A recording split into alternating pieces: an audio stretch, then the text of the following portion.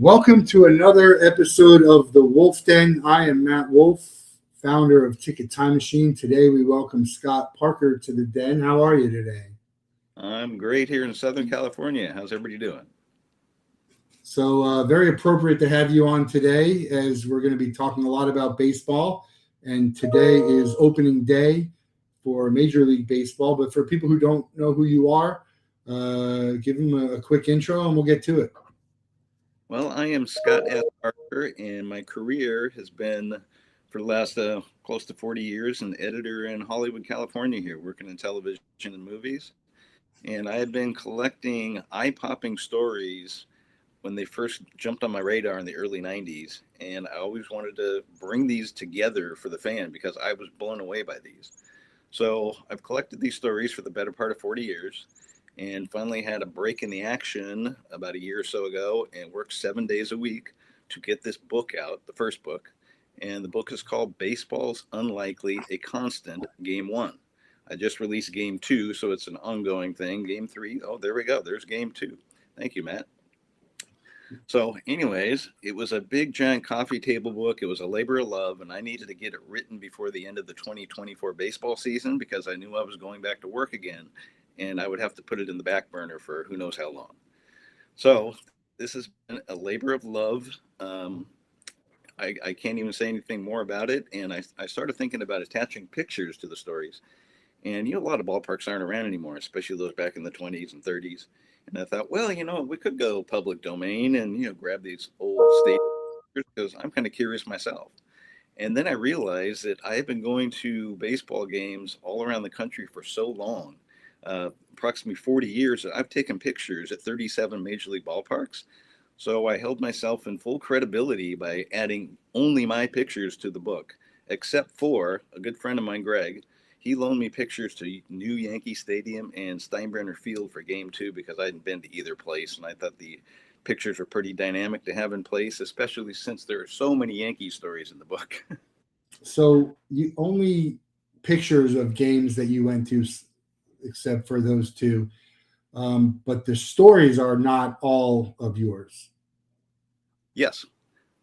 Every story, I had a little newspaper clipping. I used to read box scores every day. And there'd be a little tiny blurb above it that just might have a highlight to the game. And I'd read the highlight and just hit myself in the head like, oh my God, how did this even happen during the course of a game? And so having saved it for enough years to have the internet in our hands, I could actually dig deeper into it, read the play-by-play like a movie script and look at the box scores and find additional information to blow these things up creatively. And so it's not just a blurb anymore. It's now a fun story. And I, put things in a different order. So it either pays it off up front or pays it off at the end. Every story's got a witty title that pays itself off somewhere in the story. And it was probably harder coming up with those story titles than writing the book. Well, now you throw it in ChatGPT, they might be able to give it to you. But yeah, I get that. It's actually very impressive that you have all this stuff. But I guess my question was, you weren't at every game that you talk about in the books. Oh, no. The stories go all the way back to the beginning of baseball.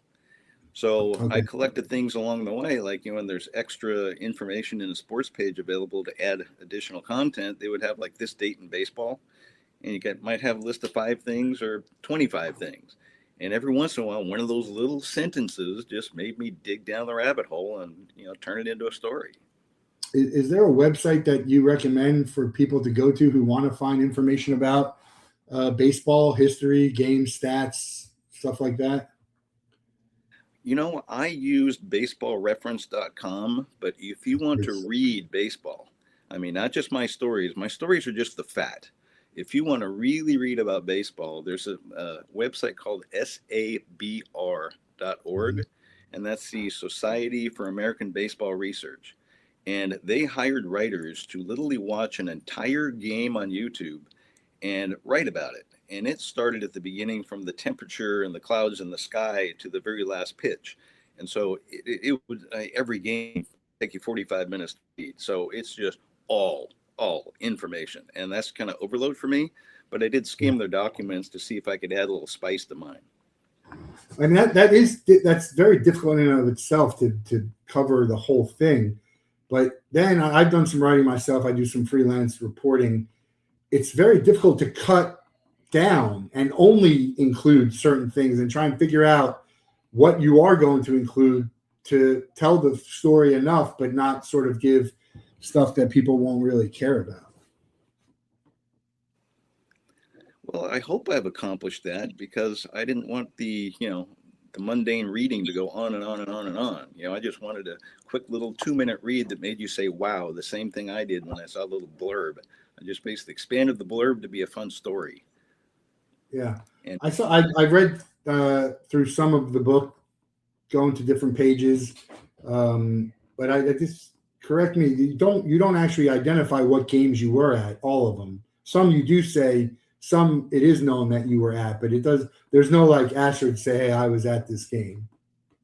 No, the 99.99% of those stories are things that I found, either watching a game on TV, reading the paper, maybe a snippet on the news, things like that maybe, do research. But the games that I was at, you can't prepare for what's going to happen at a game. Right. So, I mean, yes, predictably, I went to see Rod Crew's 3,000th hit, Paul Molitor's 3,000th hit, Don Sutton's 300th win, Nolan Ryan's 300th win, but I couldn't predict that I was actually going to be at the game, and I was, when Nolan Ryan pitched his last complete inning and struck out his final batter here in Anaheim. He went on the road to, I believe it was Seattle, never made out of the first inning, 5 earned runs, and abruptly retired after the game. So I literally, unknowingly, saw his final strikeout, number 5,714, in his final inning pitched. We have, and we're going to talk a ton of baseball. That's the record that will literally never be broken, right? No hitters. I mean, there's someone's going to hit 400 at some point. I think home runs you see. I think I'm surprised we haven't seen a hitting streak, but no one's ever going to throw 7 no hitters. I do you don't agree with that? What do you? Is there a stat that's going to never? I mean, obviously Ripken maybe with his consecutive games. What do you think's the hardest one that would? I think it's hard to pick the hardest one. And in the first book, near the what chapter it's in, the I think 7th inning stretch chapter, maybe extra innings, I have a whole list that finishes that chapter of what we considered the untouchables. And there's quite a few of those. So I don't think I could pick one, but it's a fun read just to see what we think is untouchable. Yeah, I mean, I think the no hitters. I feel like the hitting streak, doesn't that surprise you that no one has a 50-game hitting streak? It does. It does. Because you're hitting 400, so you're getting one. You're averaging a hit a game anyway, even at 300, or Well, it's been said that the reason that streak is going to be hard to tackle these days is that you don't see one pitcher for 9 innings. So you might face 3 or 4 different pitchers every game. So the odds are kind of stacked against you. You're born and raised. Let's get back to the origins of this. Born in California, grew up an Angels fan. Do you remember the first game you ever went to? First game I went to was 1973. My aunt used to take us all kinds of places, me and my younger brothers. And so she took us to Angel Stadium for a game, and she got us the best seats. I don't know how she did it, but it was awesome. And then after the game, instead of just leaving and going home, she took us out to the parking lot and stood around and said, you got to wait for autographs. It's like, wow, okay. So I had a little booklet, and I got, I don't know, maybe 15 autographs. Frank Tanana. I would have to look at my book and see who they all were. The only thing I never forgot, though, the 2 players that did not sign at that time on the team was Frank Robinson and Nolan Ryan. And they both went by in this little tiny car. It was just like a, Toyota. It was like a Mercedes, Rolls Royce or anything. And they drove by us just going. So I didn't get their autographs. All I got was a hand wave. Have you gotten Nolan Ryan since, or Frank? No, I have not. Although I do have a ball behind me on my display case. At the time was every 500 home run hitter that was alive. Okay. So it's got Mickey Mantle, Frank Robinson, and Ted Williams, and Hank Aaron, and Willie Mays, Harmon Killebrew. It's a cool. How did you get that? That's a great souvenir or memorabilia. I bought it for myself as a birthday gift. I was on a plane, and they used to have those catalogs in the seat in front of you. It's like Right. Sky, Yeah. I think it was called. Yeah. Just thumbing through this magazine, kind of like this, Yeah. It's and authenticated. I know that I have authentication for the day because that had to be 35 years ago. I think it's just like a little green printed certificate of authenticity kind of thing. Yeah. So I saw that and had to have it, and I still have it today. So I usually save this towards the end, but since we're talking about it, if your house was on fire and everybody is out, family, pets, everything you need to survive, but you can only grab one piece of memorabilia, what would it be? I think I'd jump in the fire and go with it. That would be a tough call because actually one of the things next to me you can't see, I've got 15 boxes of baseball cards, and each Okay. one has an Angels decal bottom left and a number on the right, and they're numbered 1 through 15, and I've got almost 9,300 unique Angels baseball cards dating from 1961 to now. And so I couldn't even carry one of those boxes and run a half a mile with it. So But that's interesting because that's sort of one of those things that's unique to you. The value is you. It's not worth much, right? well, that's hard. I mean, there's so many valuable things I have in my house. Being a collector, I'm even a wine collector, so I probably have bottles of wine that are worth more than anything sitting behind me. Yeah. So yeah, But I that's mean, just in general, not having to choose. It's interesting about the stuff that we collect that has value really to us, but not to the general public. correct. And I think sports is, that's something that's huge, something that we got from the game, a card from our favorite player that, it was, you worked hard to get, and all other types of collectibles. And so I have a ton of them here. It's worth way more to me than it would be to anyone else. It's not life-changing money, so I probably would never get rid of it. My wife says it's hoarding. I say it's just being a big fan and collector, which obviously you are. You are as well. What was it about baseball that really stuck to you? Because I'm assuming you went and watched other sports. Growing up, I did play little league. I played on the soccer team in high school, and so I didn't play baseball. I just kind of thought that really all the guys in school that played baseball were the big guys. I'm a tiny guy. I didn't play football. I played flag football once, and my first tackle, I thought I broke my leg, so I never did that again. Basketball, I'm too short. I mean, yeah, I can probably shoot a basket, but I'm over the tall guy. And so baseball, you could actually do. You can, big, tall, small, fat, wide, whatever. If you've got the talent, you can play the game.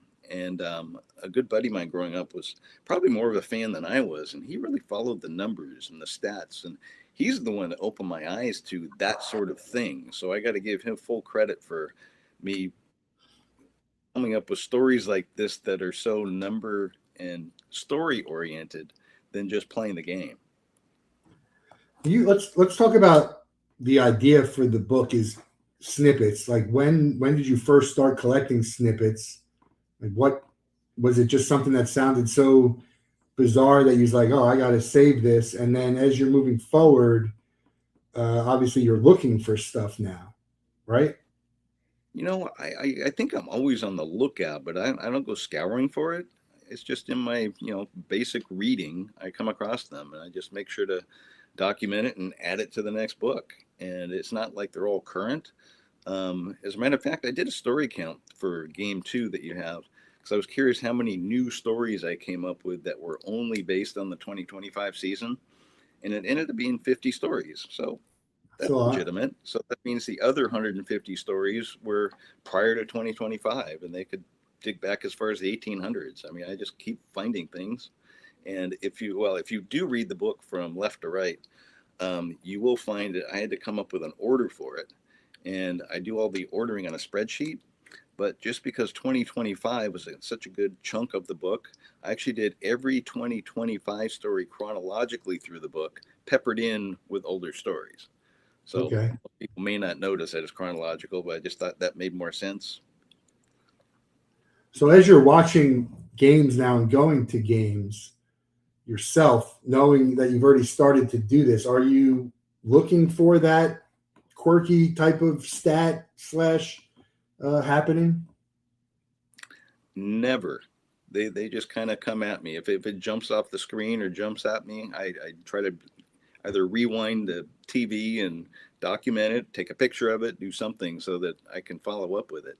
So no, I'm not looking for that. It's just watching a game and you hear a particular story and you're like, oh my God, there's another story. Jesus. It's like just the other day, it was a really cool one. It was the Angels and Dodgers spring training game. And they started off the freeway series, they call it, which is always a 3-game set before the season starts. And they said last year, the Angels became the very first team in Major League Baseball history to finish last place in their division, but sweep the team that ended up becoming World Series champion, a season series sweep. So they were 6-0 against the Dodgers. And they finished in last place, and the Dodgers took home the trophy. Yeah, I think they got the better of it. Yeah. You've actually been to games. You talked about milestones like last inning, strikeouts, 300th home run or win. What has been the pinnacle achievement of a game that you've been to? The one that resonated the most to me was the Angels 2002 World Series. Okay. Scott Spiezio was our October hero, and he was the one just knocking in all the runs. And so going to every postseason game that year, I made this big sign sitting next to me on the floor, which I thought I would have tossed it by now because it's just a big piece of cardboard. It's probably 6 feet wide that says Scottober Spiezio. So, nickname of Mr. October, right, Reggie? And Did that get in any media? What's that? Did you get like a picture of that in any media on TV? Oh yeah, no, it was on a lot of games. If you watched the playoffs and World Series that year, and so it was, I was going to toss it after we won the World Series, but it turned out that Scott Spiezio had a band at the time called Sand Frog, and outside of Angel Stadium is a place called the Grove, which is a music venue. So his band played there, and I thought, let's bring the sign one more time. I don't know if Scott ever saw it.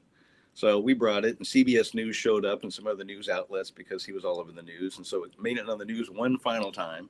And I thought, okay, cool. Throw this thing away once the concert ended, right? So I'm walking through the lobby to the exit, and this guy comes up to me and says, excuse me, I'm Spiezio's agent. He'd like to sign that for you. It's like, oh, Jesus, all right. So we went backstage, and he signed it for me. So he wrote on there, Scott Spiezio 23, 2002 World Champs. So with that having been done, I have to keep that thing the rest of my life. Yeah. Thank him for that. So anyway, the moment you talk about it was leading up from Scott Spiezio. Game 6, we were basically had our backs to the wall. We were down 5-0, and he hit that home run, barely made it inside the right field foul pole that just turned things around, and we ended up coming back and winning Game 6 and ultimately Game 7 and the World Series. So that was the most exciting moment in Angels history.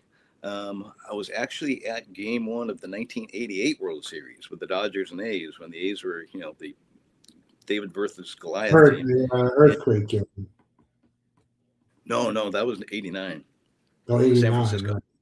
Yeah. God. So, and I got a story about the 89 earthquake for you in a minute. Anyways, in 88, I just wanted to go to a World Series game. I mean, I've never been. It's like, here we are, World Series in the backyard, but I couldn't afford a ticket. They were just too much money for me. So a friend of mine calls me and says, you're a baseball fan, right? I go, yeah, why? He goes, do you want to go to the World Series tomorrow?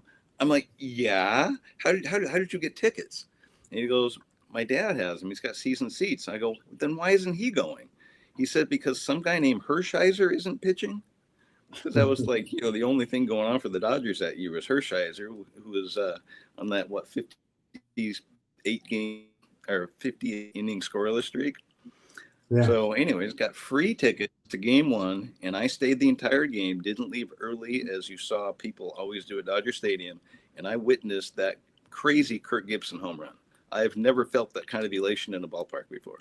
I bet. That's crazy to me. That's a milestone that is, I mean, it's as good as you're going to get. I have my moment is the Marlins Edinson Volquez threw a no hitter, and it's actually what started my company. I have gotten that ticket. I have that ticket graded, Wow. but the no hitter was. I mean, if you've never, it's crazy being in the stands for a no hitter because if you get close, oh my god, you feel the pressure and the tension just sitting there. You're like, God, I hope this guy can make it because it's just you feel awful if they don't. Well, behind me in the frame right there, I got the ticket stub to the '88 Game One World Series, and next to that is actually I was there to see Nolan Ryan's 300th in Milwaukee. So I got that framed in my ticket stub. And a good story behind that actually is I stayed for the whole game. And once they took Ryan out of the game with the lead, all of the employees were handing out I was there things like you see framed. Yeah, And everybody who left early started grabbing stacks of them, stacks. So when I left after the ninth inning, there were none left. People were trying to sell them to me in the parking lot. I'm yeah, I like, dude, you bet. got to give me one. I'm from Los Angeles. I'm here to see the 300th. I'm not going to pay you for something that should have been given to me by being here. So I went with a friend who lived locally, and I guess newspapers picked up on it. And so if you lived and had a ticket stub, you could prove you were there. They gave you one. Oh, So that's cool. he got one, and when he got divorced, he sent it to me. So Wow, good friend, a good friend. You talk about the World Series and the expense of it. In 2003, when the Marlins played the Yankees, I was lucky to go to all of the games. And so we had bought tickets, but when we were tailgating, as we were walking in, somebody was selling tickets for like $10. And I was like, well, I'll buy it and I'll sell it for 20 and maybe whatever, buy myself a hot dog or a beer. I tell you, I couldn't sell that ticket until the very end. It was crazy how easy it was to get a World Series ticket there, and against the Yankees. wow, Which, if you go to a Marlins game now, yeah. these Yankees fans are. I mean, it's basically three-quarters or more of Yankee fans. And we deal with the same problem here in Anaheim. I swear to God, it feels like a Yankees home game when we're here playing at home. So For you're a fan a long time. They're in some rough times. Got one of the best players ever, but can't do anything with it. Are you someone who thinks he should leave? Not as a fan, but just as a be like, hey, that would probably be better for him. I don't look out for his well being. Um, Yeah, I would never want to lose the best player in the game, and I spent a lot of money in that jersey. I don't want it to show up in another jersey and have to sell it. yeah, And he's a lifer. Apparently, his parents have told him or have said that he is so loyal, and so he looks into everything the Angels do all the way down the minor league system, and just is really involved. And I can imagine him being a part owner of the team someday, maybe even really. coaching or managing. I think it's yeah. I mean, it's just to see someone that great not get a chance to shine in the playoffs, and maybe I get it. It's not really about the money. He's get more money than he'll probably ever be able to spend, and I'm guessing he's smart with it, from what I've heard. You see people chasing the title, like people were surprised he didn't maybe go to New York somewhere, but doesn't guarantee you a title. And who knows? There are people who tried to join those teams, like the Mets and the Yankees in the later, and you saw that happen with the Lakers when they tried to get the Dream Team 2 there, and they had all these Hall of Famers and couldn't win. Who couldn't win? But it'd be interesting. I know it was a tough loss with Otani. To have Trout and Otani and not be able to do anything is. I think I have an Otani jersey shirt. I'm so impressed by him. I think if he stays healthy, he's going to be the best player that ever played if he can pitch. Yeah, But what agreed. you've seen him, I've seen him live before. What's it like watching him play? Electric. Um, the stadium just, I mean, cell phones are out everywhere. It's like, there's a buzz in the stadium. As soon as he's up, everybody's cell phone's out. So, it is crazy. And not that I want to see him get hurt, but I just want to see him bleed because I'm not sure that he's human. Yeah. Well, he's hurt. I mean, he can't pitch. He had to stop pitching, so that's somewhat of a That I think written in the software. Yeah, that could be. I mean, he's still. It's. I was actually lucky enough to be at the World Baseball Classic when Ohtani struck out Trout. I mean, that was the you can cut the tension in the air for that was pretty incredible. And obviously, I was hoping Trout would come through, but it is a pretty good story to have him be able to strike out. If I name a player like Trout, like Ohtani, can you tell me how many times they're in your book? Or if they are, in fact, in your book? Well, they are. Can I tell you how many times? No, I decided not to index that because I would have delayed the release by a year trying to put that piece together. Trout's in there a few times. Well, actually, let's start at the beginning. The first book, Game 1, is set up the way the season starts. The first chapter, instead of being a chapter, is called Spring Training. And it's basically all the things the most casual baseball fan should know. Cal Ripken's streak, Joe DiMaggio's hitting streak, the most no-hitters, the most strikeouts. It's a list of just these things that are just kind of surface knowledge. And then we go into pregame warm-up. And pregame warm-up talks about the introduction of radio and how the first broadcast began. And then it goes into the first lights in a stadium, the teams, and then it goes into television. And it goes to basically where we are now, to where you can really get media anywhere and watch a game when it used to be almost impossible. And excuse me, the very next chapter was kind of a late edition. I was reading some of the stories in the book to my dad and his wife, who know nothing about baseball. And by the way, they were loving the stories, but they would stop at the end of the story and they would go, "What's a cycle?" And I'm like, "Oh my God, there's so many words that I'm familiar with that a lot of readers may not know." So I came up with this glossary and called it the scorecard, just to be more baseball-like than a book. And once you get through the scorecard, we have a graphic that has a line score, the line score being 2 rows of 9 boxes, top of the first inning. And there's a little red diamond to show where you're at in the game, top of the first inning. Once you get through that chapter, it goes to the bottom of the first inning, and it X's out the top of the first inning, and the red diamond moves down to the bottom of the first. So it reads like a game all the way through. And we take a break at 7th inning stretch. And 7th inning stretch has a bunch of really cool baseball stories. They're not eye-popping game stories. They're just really cool baseball stories, including the history of the 7th inning stretch.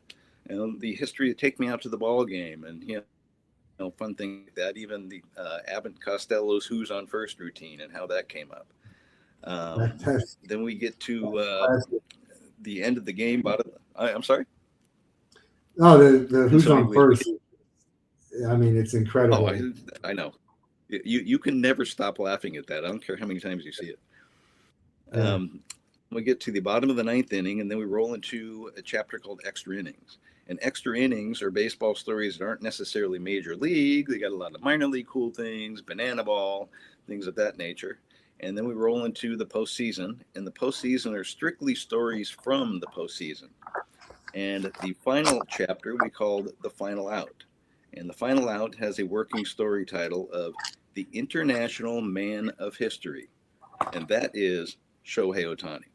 Yeah. So the final chapter literally has like 5 pages of bullet points of everything Shohei Ohtani has done in the game that no one else has before. It's incredible. Have you seen the Bananas live? Not in person. I've watched it on TV several times. Very entertaining. We've done some work with the Savannah Bananas. I saw him at Fenway. I saw him at the Marlins Park. I saw him at Grayson in Savannah, and I've seen him at some minor league parks. The smaller, the better. That would be my advice. And it's cool. I don't know how many times I'd want to go keep seeing it because it's a lot of the same things, but I think they're starting to evolve. And there is talent there. I mean, it's not the talent in the sense of, it's the greatest baseball ever, but there's talent.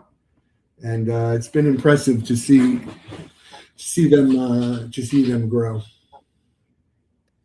Yeah, I haven't looked into the backstory of them. You got to think that they were like, minor leaguers that didn't make the cut or something. Because, yeah, you're right. The talent is there. It's obvious. And I'm not even sure people call it talent because I saw a guy pitching in stilts. I mean, that just sounds dangerous. Yeah.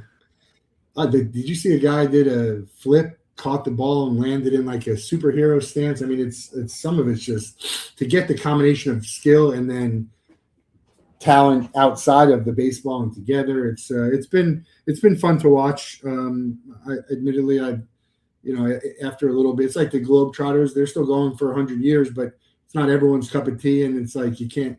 I'm not going to watch a whole season of it. I don't think, but you're still going to tune in, and people love it. 100 years later, they're still going strong. Um, Back to something you said about the cycle. To me, that would be a cool milestone of a game to be at. Someone who hits the cycle, because after you get close, you probably start thinking of it after they've hit like either a triple and a home run and something else, or even after the second one, you hit like a single and a double, and now you're like rooting for them for a specific outcome. It's fun. Well, what is fun about that is the player either knows that they can get a cycle or they completely have no clue. Yeah. So somebody's on the bench has to tell them or root for them on the bench silently. So it's kind of like the no going to the dugout. Don't talk about it. Yeah, you don't want to say anything. You've been to a lot of games. Is there something you do? Like, what does a game look like for you? What do you do? What's your routine? Because it's long, and I don't want to say it's boring, but there's a lot of downtime and maybe not so much excitement over the course of 9 innings. What's your routine? Do you like to get there early, tailgate? Do you walk around? What's your food? What's a routine like for you at a game? Well, I had season tickets for the Angels for a number of years, and it was 7 groups of people. So we each got about 12, 13, 14 games. And so we did tailgating for those. And our seats were about a dozen rows from the visitors on deck circle. So they were fantastic seats. And the one thing I always felt was missing from a game was the radio broadcast. Because, here a player, leaves a game early and you're like throwing your arms up next to each other going, anybody see what happened? So I used to bring a radio with me. And, obviously, the crowd's going to override the radio here and there, but I would have it. And at first, some fans started saying, hey, dude, why'd you bring a radio? That's kind of annoying. And then, of course, as soon as something happens, hey, what happened? What happened? Suddenly everybody's asking me, or I'm holding the radio up so people can hear it. So now you can see now you ask someone who's watching it or you see it online. But yeah, I see that a lot. When I first was introduced to you, my first thought was you're a scorekeeper. But now I'm thinking you don't keep score at games. No, that's distracting to me. Yeah. What's your favorite ballpark food?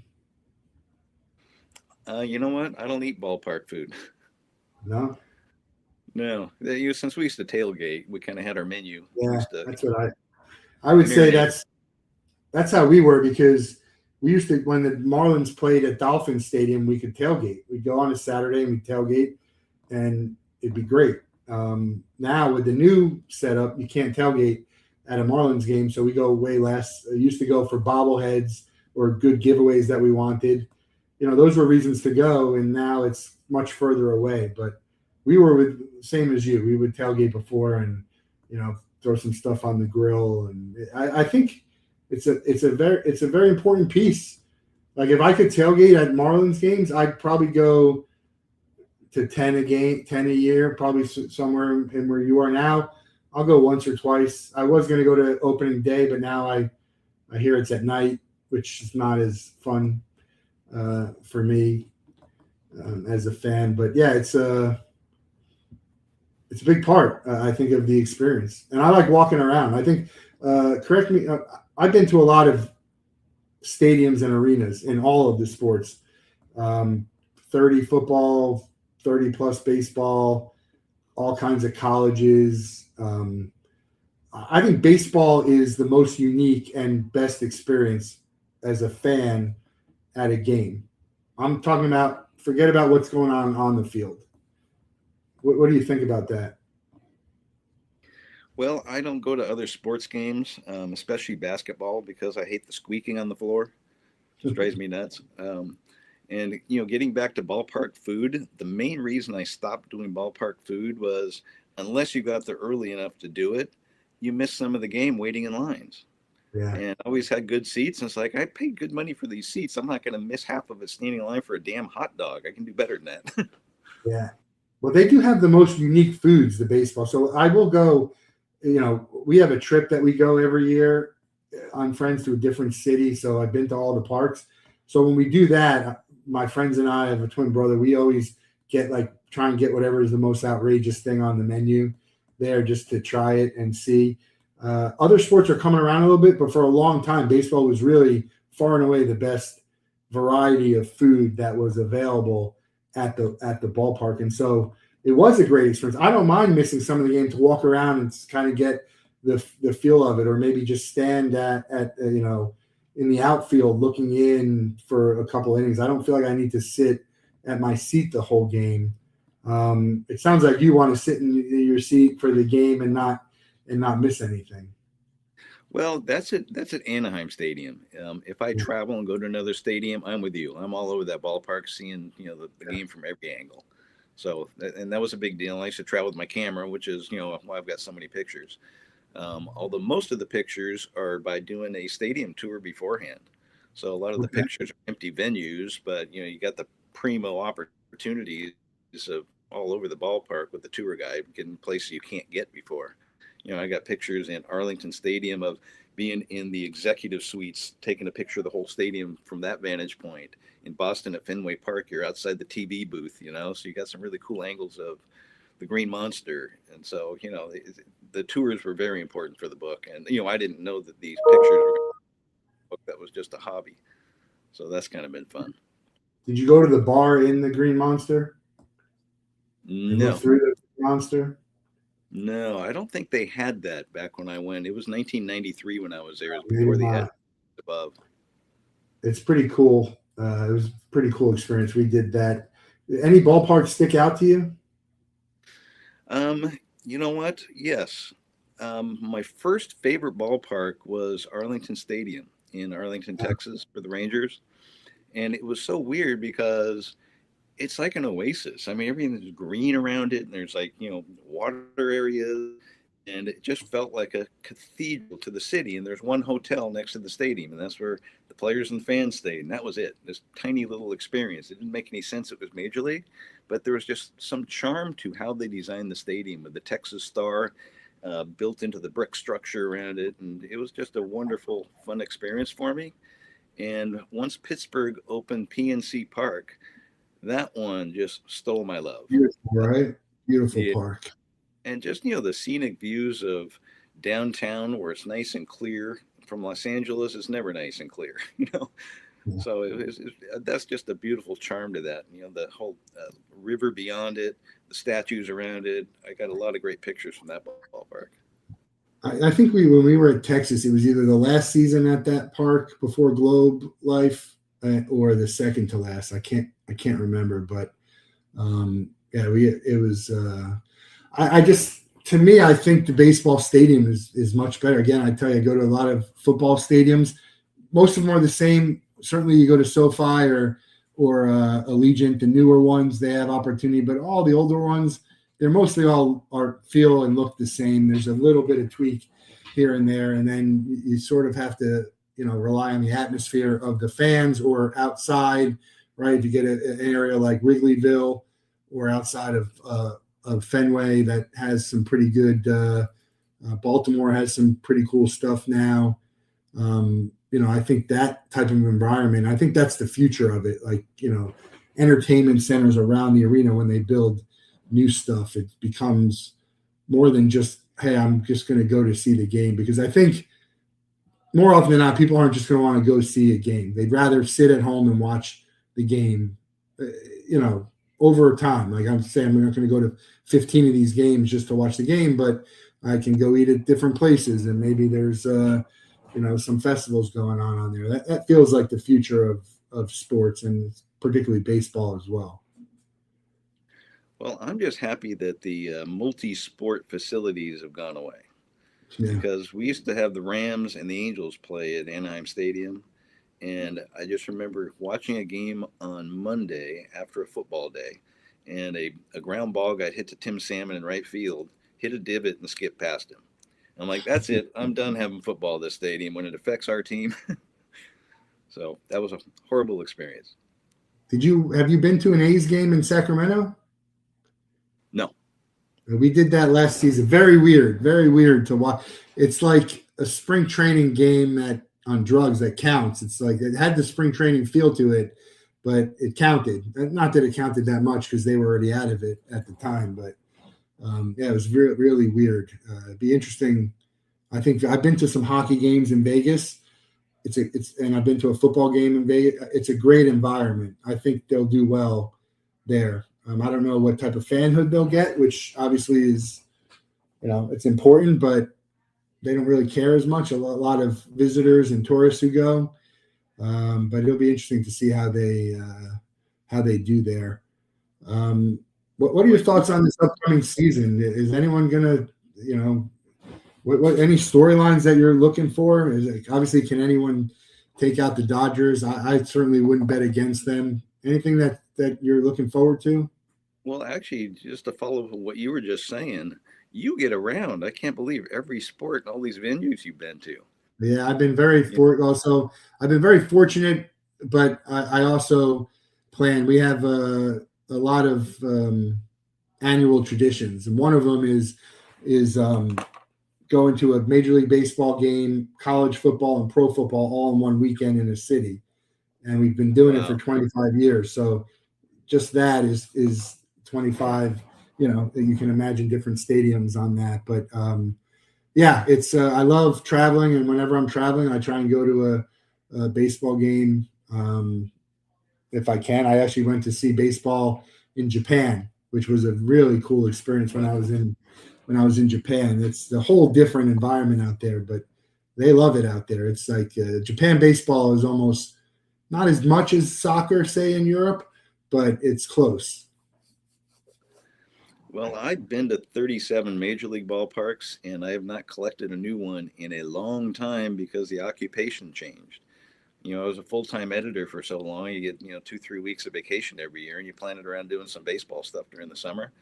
And in '97, I started collecting the ballparks that were historic first for the Angels, because interleague play put us against teams that historically have never happened before. So I like to witness the very first pitch between those two teams, whether it's here in Anaheim or on the road. So if we had an interleague trip, me and the boys would go and check out those 2, 3 stadiums for a week and a half, and that was a lot of fun. And then I became a freelance editor. And a freelance editor means you got deadlines and you can't take vacations and any of that. So I stopped going out. And then, of course, you're out for 6 months waiting for a new season to come back. And it's like, well, I can't go spend all that money on a baseball trip. I need it to live. When you have time, are you going to go back to that? You know what? I'm hoping that this book pushes me back out to my stadium collecting again. Sometimes you need a push. Sorry? So you've never been to Marlins Park then? Never. And have you been to Tropicana? No, I haven't. I've only been to Florida once, and that was for about a half an hour as an airline stop on the way to, where did we go? I was on a cruise back when I was a teenager. So I was going to ask what your opinion of indoor baseball is, but did you go to the Sky Dome?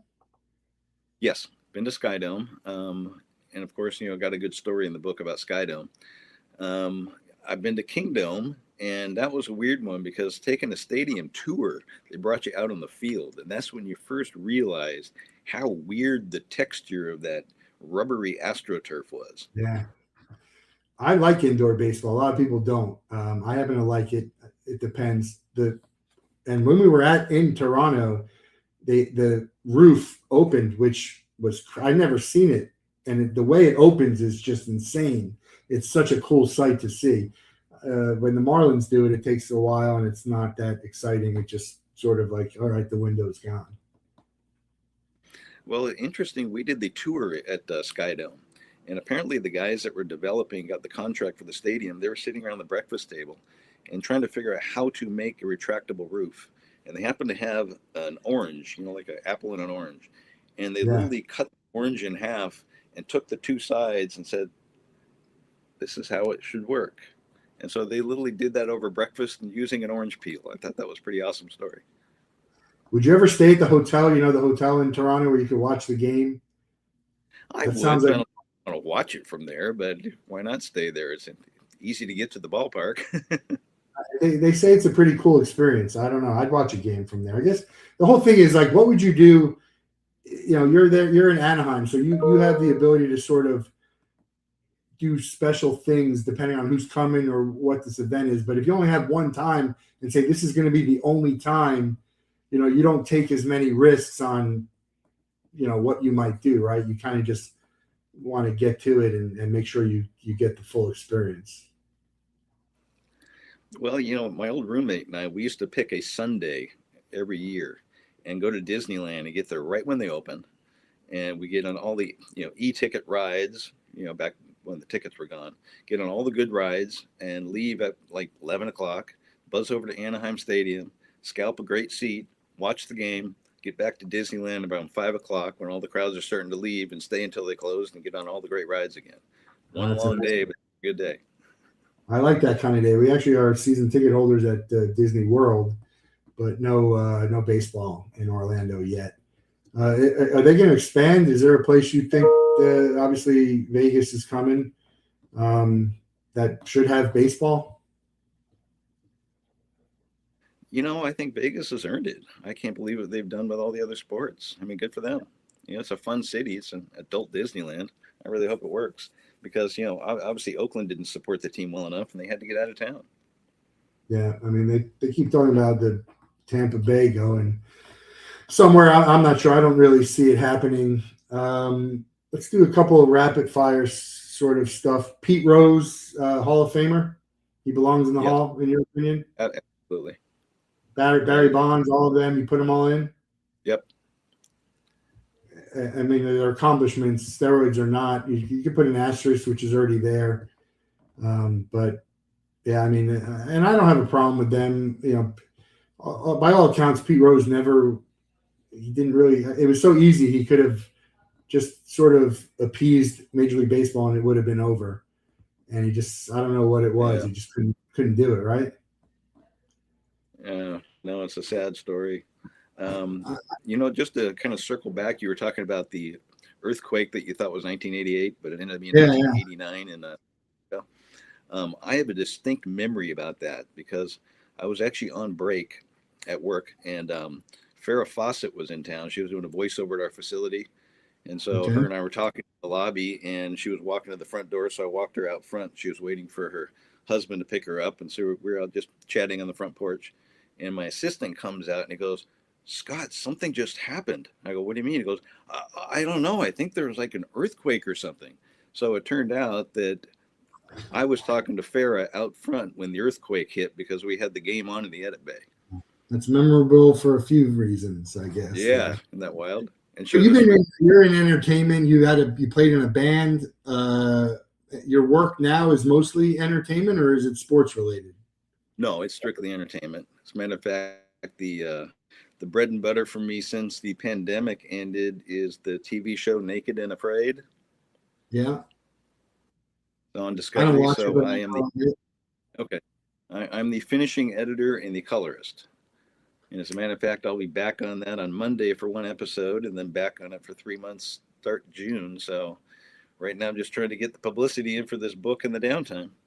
Yeah, why not sports for your career? I mean, are you a bigger entertainment fan? You know what? I think that's just the way I was wired, and the opportunities, as doors opened and you make a name for yourself, you just kind of go with that route. I did try to get on the switchboard and do live stuff for the Angels, and I thought about it. I'm like, you know what? I do know when you're making the camera switches, you're literally looking at buttons, and the director's telling you which camera he wants up. So all that work, and I wouldn't be able to even see the game. So I'm like, I don't want this job if I can't see the damn game. I never even thought of this. I've asked similar questions before, but like if you could only do sports or entertainment for like a whole year, what would you choose? You couldn't have any of the other. And, I love them equally. So I think I would follow the money or follow the, the longevity of the job. Because being a freelancer, I mean, in general, not as a work. Like if you had to pick a year where you could only have sports in your life or only entertainment, music, movies, that type of stuff. You know what? I would have to dial that into baseball, not sports in general, because I just don't really follow other sports. Baseball is my only theme. It's the only thing I can follow, and I don't know how people like you know so much about every damn sport. That just is mind numbing. I know friends who know way more than I do about it, but I don't know. It's just I know a lot about sports and entertainment, pop culture. The thing is, like, you know a lot about stuff even if you've never seen it. Like you say, Naked and Afraid. I've never seen it, but I know all about it. I know all about a lot of movies and TV shows and stuff that I had never seen. But yeah, I don't know. I have a brain that's full of useless information, as they say. What's your favorite baseball movie? Bull Durham. That's up there. That was a fun one. I mean, The Natural is great. Field of Dreams is great, but I think Bull Durham is the one I've seen the most. Yeah, Field of Dreams is my number one movie, like top five of all movies of any kind. I liked Angels in the Outfield. I thought that was a great movie. Obviously, it's more on the kids' side, but I thought it was well done. Lloyd. Christopher Lloyd. As a matter of fact, I have a baseball behind me there, signed by Christopher Lloyd. Really? Yeah. He came in doing a voiceover at our facility, and for a period of time, I used to keep baseballs in my edit bay just in case certain stars came in I wanted autographs from, and that was it. So I had Terry Bradshaw sign a ball. Football's Terry Bradshaw, and when he was signing that ball, he was like, "God, no wonder baseball players are always so cranky. These are hard to sign." Who would you want to see? Someone you haven't seen? Like who's must see TV? I'd pay to go see this guy play. Who you haven't? Obviously, Ohtani is that, but other than him, since you've seen him, someone you haven't seen yet.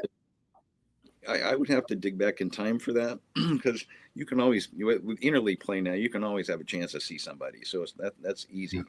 I would like to see Lou Gehrig play. Okay. I would I'd like to see all those old timers play. Yeah, it'd be interesting. The reason Babe Ruth got so many great pitches to hit, and that's because Lou Gehrig batted behind him. Yeah, is baseball getting better? It's evolving, as it always has to. I get that. So is it getting better? You always disagree at first, and you kind of start agreeing because a lot of thought went into these decisions. The pitch clock is still a little bit weird to me, but it's amazing. I can now stay up late enough to finish watching a game. It's amazing. You could trim a half hour off a game. That's nuts. Yeah. I am still against the ghost runner. That whole 10th inning thing, a person starting on second. A run is hard to manufacture. They shouldn't make it so easy to get one just to end a game early. You might as well just stop after call it a tie. I agree. I agree with that. The other thing that bothers me about that is, and they do it sort of in like maybe in hockey, I think also, if you're going to do something, it should be done throughout the whole regular season and on the postseason. It shouldn't be, we're going to do it for this set of games, but not for this set of games. That's how I feel about it. But I agree with you. Look, there's something about a 19-inning game, if that's what it comes to.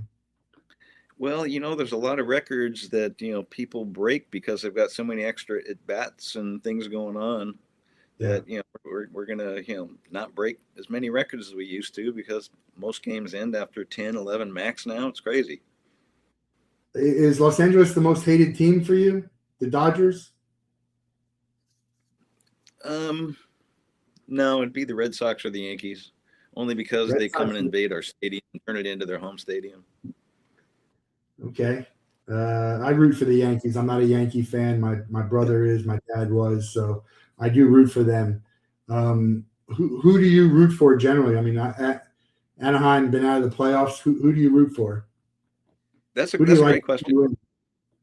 This is what I do. Once the Angels are out of it, which is usually by midsummer, I pick the team that hasn't won in the longest period of time. So my go-to team right now is the Cleveland Indians Guardians franchise because they haven't won since 1948. And they've been in it. They've been in the chase for the last 5-6 years. Yeah. Yeah, you think it's coming. So, them and the Twins, to me, feel like the longest. But I know the Twins, I guess they won with Puckett. Yeah, they won in 87 and 91. 87 and 91 they won.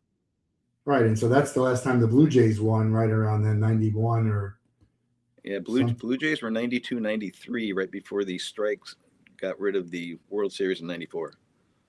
yeah. If you had to follow another sport in the way that you do baseball, what would it be? Probably hockey. Yeah. You know, I remember Jim That's it. Murray. I remember Jim Murray, our local great guy for the LA Times. He used to write that hockey on TV seems like one giant parlor trick. Hockey's great to watch live. I love going. I'll sit Yeah, upstairs so I can see the whole thing, and you watch it almost like remember the Mighty Ducks movies when they had the thing. Like every time you just see them line up and go, and it's a pretty cool sight.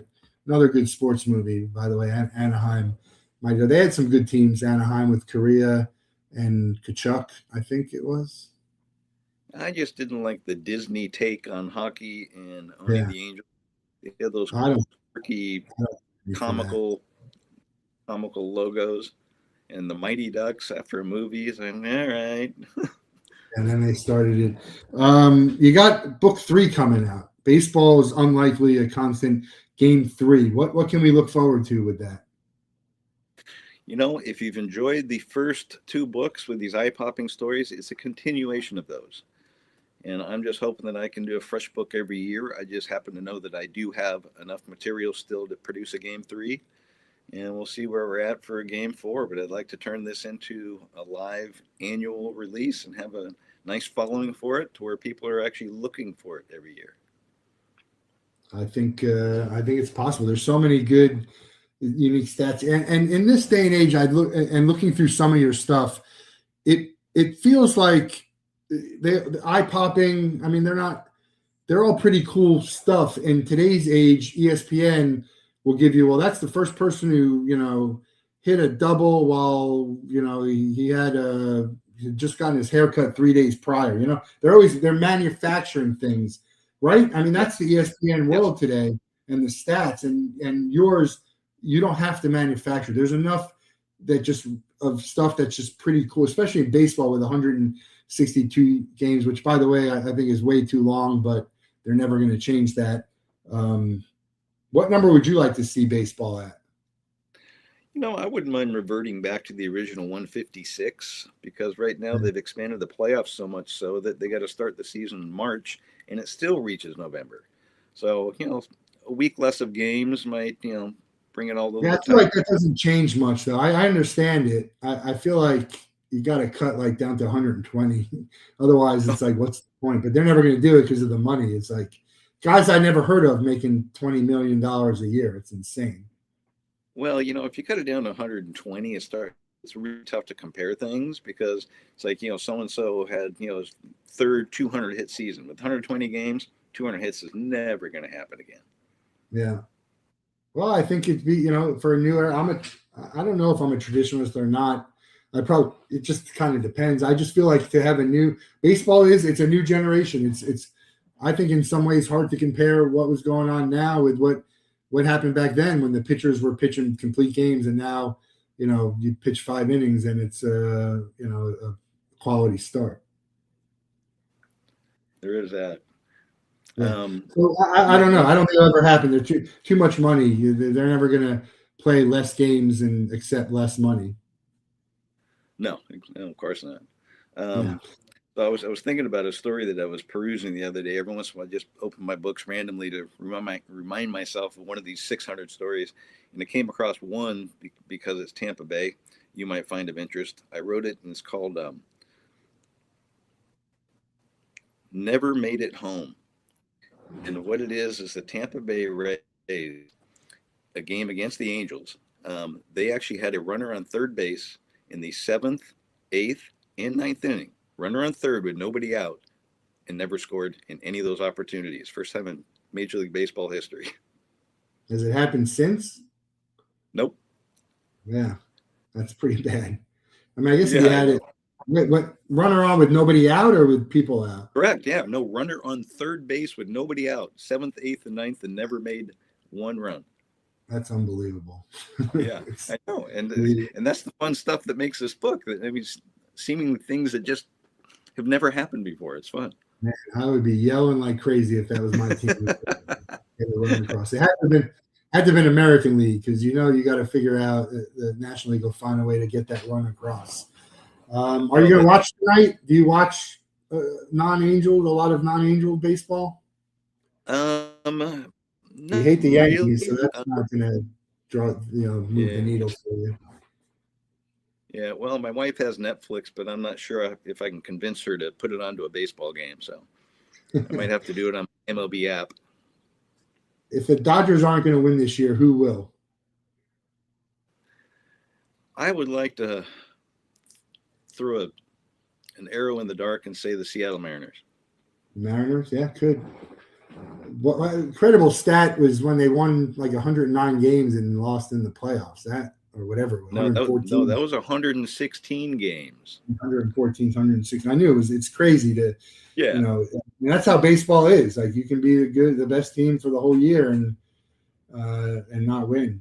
Usually that doesn't necessarily happen. Although the Warriors in basketball beat the Bulls record and didn't win the title that year for the most wins. So you never know. You never know what's going to happen. We're going to let you out of the Wolff Den with the same question everybody gets. You can spend 24 hours with anybody in the world. They have to be alive and you can't be related to them. Who would you like to meet and what would you guys do? Got to be alive. Holy smokes. I've never met my current baseball hero, Mike Trout, and I know he's quite a golfer. And I guess he's got a golf club with Tiger Woods that they designed together. So I think it'd be fun to hang out with him and play on his golf course. I think if the book does well enough, you probably can make that happen. We'll see. We're always trying to see what we can do. We haven't been able to do it yet. There's been some pretty cool answers. Obviously, that makes a lot of sense based on our conversation. I look forward to reading the rest of this book and seeing what comes out with Game 3. Enjoy Major League Baseball. This is your best time of the year, right? The start and the finish are the best. The middle you could do without. That's why I think it's too long. Like the opening, when everybody has a shot, in the end, when you're trying to see what's going to happen. I think that those are the two best times of the year. Well, I've been playing fantasy baseball for 35 years, so there's always something to look at. There you go. Yeah, so it keeps your mind active with all the players that you probably never would have known otherwise. Last trivia question that used to be great is the only 2 days in all of the calendar where there's no professional sports being played. Do you know what those 2 days are? Yeah, the day before and after the All-Star. There you go. The All-Star game. Yeah. That's a good one to get people on. I think a lot of people, obviously baseball fans, but a lot of other people wouldn't know that. Scott Parker, baseball is unlikely a constant. Game 1 and 2 with number 3 on the way. He has other books as well that you can find it at Rusty Austin. RustyAustin.com. Or even just directly Amazon. Yeah, Amazon or Rusty. There you go. If you're a baseball fan, this is for you. Appreciate the time. Always love talking sports and talking baseball with a fellow enthusiast. And looking forward to seeing what you come up with. Awesome. Thanks for having me, Matt.